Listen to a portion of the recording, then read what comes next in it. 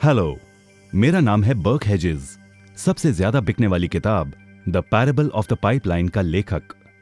मेरे किताब की शुरुआत होती है पैब्लो और ब्रूनो की कहानी से, जो दो अलग रास्तों से अपने पैसे कमाना चाहते थे। आप जो देखने वाले हैं वो एक मजेदार एनिमेटेड कहानी है। तो आराम से बैठिए और जीवन को बदलने वाले इस सबक को देखें, पैरेबल ऑफ द पाइपलाइन।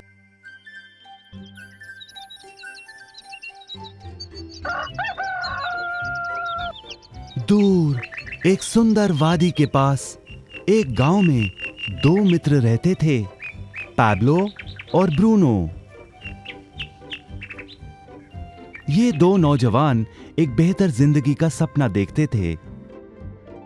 हमेशा अपने सपनों के बारे में बातें करते कि कैसे गांव में वो दो सबसे ज्यादा सफल बने। वो मेहनत करने से नहीं डरते थे, बस अपने लक्ष्यों और सपनों को पूरा करने के लिए अवसर की तलाश करते। एक दिन उन्हें वो अवसर मिल ही गया।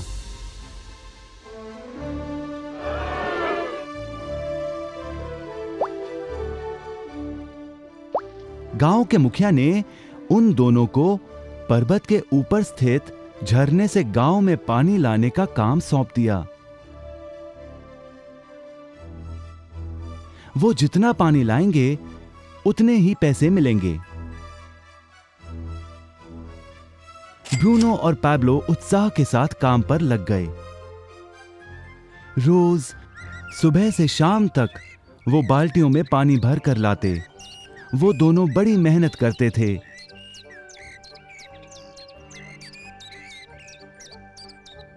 और शाम को अपने अपने घर लौट जाते।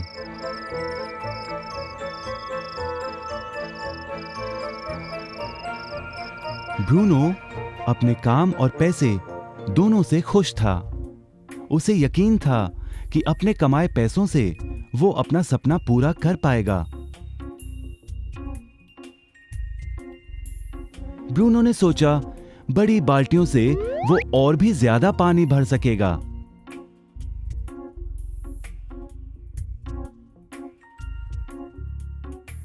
ज्यादा पैसों से एक गाय और फिर एक घर का सपना वो पूरा कर पाएगा।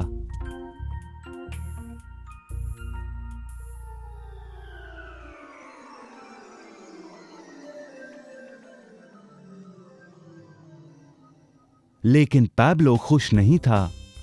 शाम होते होते उसकी पीठ और हाथों में दर्द होता और वो थक भी जाता। किसी आसान तरीके से पैसे कमाने के बारे में वो सोचने लगा। एक दिन पैब्लो के मन में विचार आया, पर्वत की झील से गांव तक पानी पहुंचाने के लिए पाइपलाइन के निर्माण का विचार। इस पाइपलाइन से गांव में पानी आएगा, वो भी बिना कोई बाल्टी उठाए। बड़े उत्साह के साथ वो अपने विचार को कार्य में बदलने के बारे में सोचने लगा। जाहिर है पैब्लो ने अपने मित्र ब्रूनो को इस काम के बारे में बताया और उसे पाइपलाइन के निर्माण में मदद भी करने को कहा। ब्रूनो को यह एक पागलपन लगा। ब्रूनो सिर्फ आज कमाए पैसों से क्या करे, यही सोचता। उसे लगा पाइपलाइन का निर्माण करते करते वो अपने लक्ष्यों को जल्द ही पूरा नहीं कर पाएगा। ब्रूनो ने बड़ी बाल्टियां लाईं ताकि वो और ज्यादा पानी भरकर ला सके। उसे यकीन था कि इस तरीके से वो ज्यादा पैसे कमा पाएगा। पैब्लो ने अकेले ही पाइपलाइन का निर्माण करने का निश्चय किया। पैब्लो जानता था कि उसे पूरा करने में उसे कई साल लगेंगे, लेकिन उसका मन अपने लक्ष्य पर केंद्रित था।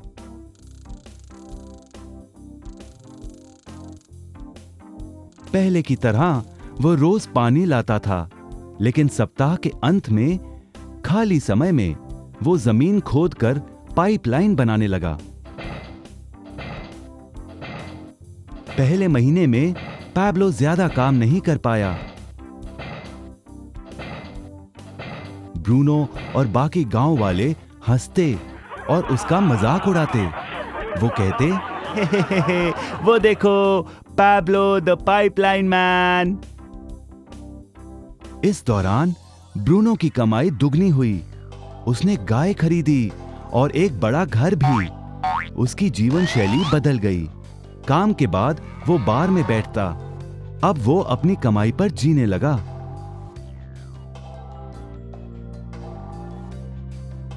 लेकिन ब्रूनो को इसका एहसास नहीं हुआ कि रोज बाल्टियां उठाते उठाते उसका शरीर थक गया था।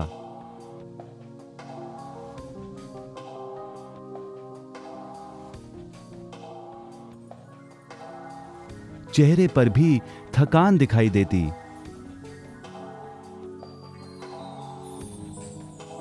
अब वो कम पानी लाने लगा।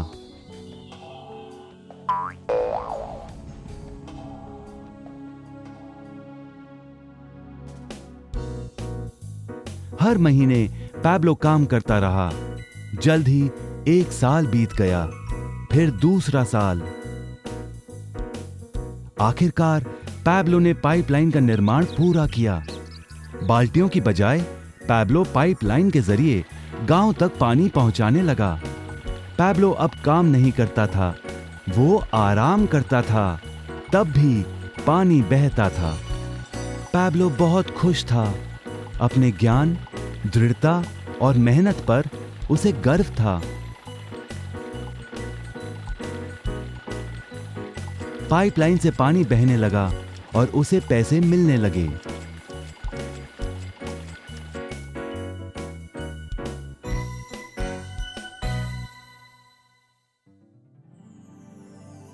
ब्रूनो और पैब्लो की कहानी जीवन का प्रतिबिंब है। पैसे कमाने के लिए लोग क्या करते